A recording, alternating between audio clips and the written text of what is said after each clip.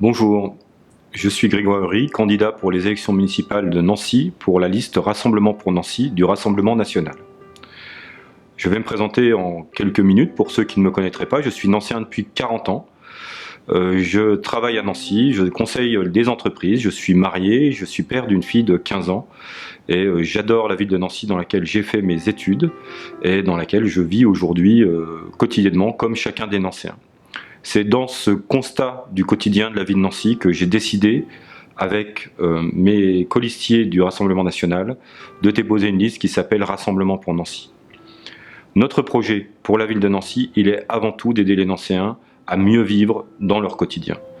Le Rassemblement national n'a pas de grand projet pour Nancy, de projet illusoire. Nous ne souhaitons pas planter une forêt sur la place Stanislas, ni raser des immeubles d'habitation pour dégager la vue de certains favorisés. Notre projet, c'est simplement aider les Nancéens au quotidien à mieux travailler, à plus facilement déposer leurs enfants à l'école, à avoir un accès au centre-ville plus facile, plus efficace, plus rapide, à maintenir un niveau d'offre commerciale du centre-ville qui soit suffisant, qui soit accessible et qui ne se fasse pas aux dépens de la périphérie qui a été depuis maintenant plus de 30 ans favorisée. Je voulais d'abord vous parler de sécurité. Et vous le savez, il n'y a pas de liberté sans sécurité. À Nancy, malheureusement, les problématiques sécuritaires deviennent de plus en plus prégnantes. On l'a vu dernièrement avec des meurtres près du centre-ville, avec des agressions d'étudiants et, d'une façon plus régulière, des cambriolages dont souffre notre belle ville. Alors, malheureusement pour Nancy, nous sommes une plaque tournante de la drogue. L'accès y est facile et la délinquance génère la délinquance. Notre projet, c'est une meilleure coordination de la police municipale avec la police nationale qui fait déjà un travail très efficace, mais qui est insuffisamment dotée en effectifs, de façon à ce que la ville de Nancy soit sécurisée de jour comme de nuit. Et j'insisterai particulièrement sur la fin de soirée, sur le créneau, on va dire 3h, 7h du matin, les sorties de boîte de nuit où la police municipale n'est plus présente et où malheureusement de trop nombreux étudiants qui sortent de soirée subissent des agressions qui sont absolument inadmissibles. Donc ça, c'est une priorité pour nous, c'est la sécurité des Nancéens. Deuxième élément, c'est le développement économique. Je ne conçois pas une ville, et une ville ne se conçoit pas sans développement économique. Malheureusement, trop de vitrines et de commerces de centre-ville aujourd'hui sont vides et fermés. Les Nancéens le constatent et ils s'en désolent. C'est le résultat d'une politique de plus de 30 ans qui vise à favoriser la création de commerces et d'activités commerciales dans des zones d'activité extérieures au centre-ville. La concurrence aujourd'hui, notamment en termes de stationnement, est une réalité. Beaucoup de consommateurs du centre-ville ne viennent pas forcément de Nancy, ils viennent de la périphérie et pour beaucoup du département, voire d'autres départements. L'objectif, pour maintenir cette attractivité dans le centre-ville, c'est d'avoir des espaces d'accueil pour le stationnement qui soient le plus près possible des pôles de consommation, c'est-à-dire le centre-ville qui reste le premier centre commercial de notre département. Et si on veut que ça soit possible, il faut favoriser le stationnement par des prix attractifs. C'est un point sur lequel nous serons particulièrement vigilants. D'autres expériences dans d'autres métropoles nous ont montré qu'une piétonisation excessive du centre-ville amène une diminution de 40% du chiffre d'affaires chez les commerçants directement concernés et une disparition à terme d'un certain nombre d'activités commerciales. Mais ce qui est plus grave encore, c'est la dévalorisation en termes d'immobilier des habitations du centre-ville qui ne sont plus directement desservies par les véhicules.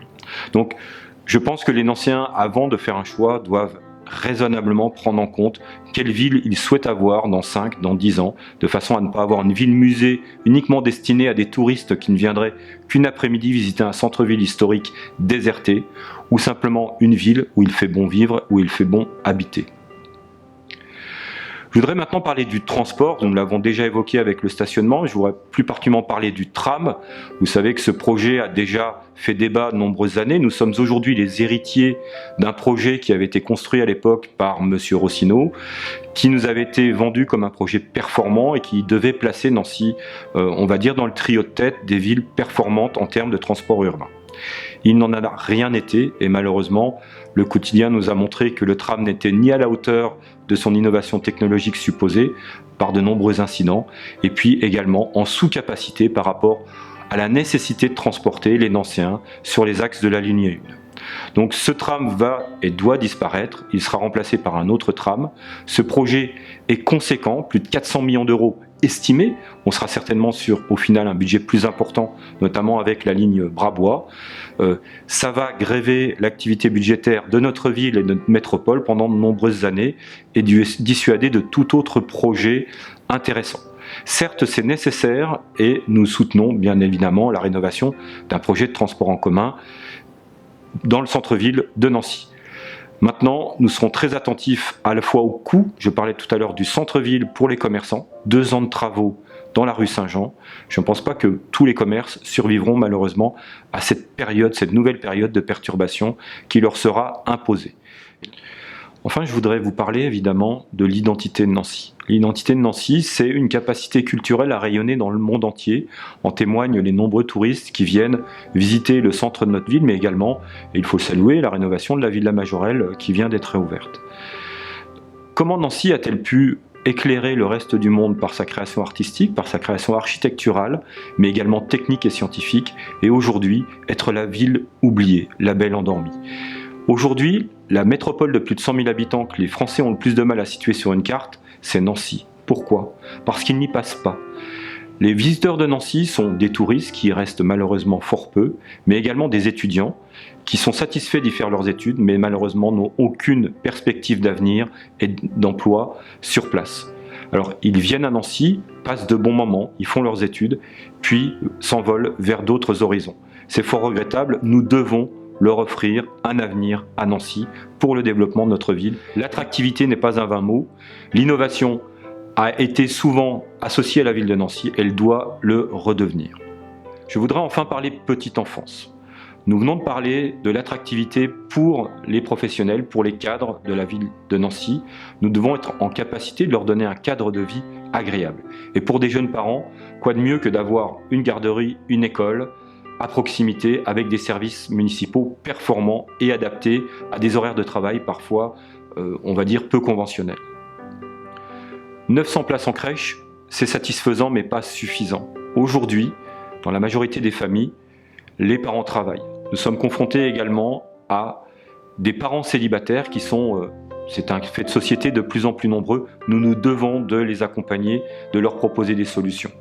Plusieurs demi-journées gratuites par mois pour les parents célibataires dans les garderies de la municipalité serait une solution qui nous semble les aider à mieux vivre cette situation de célibat. Nous avons également envie que nos enfants mangent mieux, mangent plus naturel. Et c'est pour ça que nous envisageons dans toutes les cantines de la ville de Nancy d'avoir des repas bio venant d'entreprises de la proximité nancéenne, dans ce qu'on appelle aujourd'hui des circuits courts, de façon à ce que nous ayons des légumes et des fruits de saison qui soient sains et qui puissent éduquer nos enfants dans ce qui est important pour eux, c'est-à-dire leur santé. Nous leur rendrons service à eux, à leurs parents et pourquoi pas aussi à notre environnement. Ce que je propose pour Nancy avec ma liste, c'est un véritable avenir, un avenir partagé pour tous les Nancéens, pour un quotidien qui soit facilité, pour une ville qui soit facile à vivre, une ville qui soit agréable, et une ville où nous ayons le plaisir chaque jour de nous rencontrer, d'aller travailler et d'élever nos enfants. Le 15 mars prochain, vous le savez, aura lieu les élections municipales. Vous devrez choisir un maire, un personnage important, qui va faire des choix qui seront, pour les années à venir, déterminants. Ce choix, je sais que vous ne le ferez de façon réfléchie. Je sais que vous allez vous interroger sur les programmes. Je vous conseille de regarder attentivement le programme du Rassemblement national et de la liste Rassemblement pour Nancy et vous verrez que ce programme vous convient et que ce programme, j'espère, vous l'adopterez. Cela vous permettra de mettre le bulletin Rassemblement national le 15 mars prochain dans les urnes. Je vous remercie de votre soutien et à très bientôt. Merci beaucoup.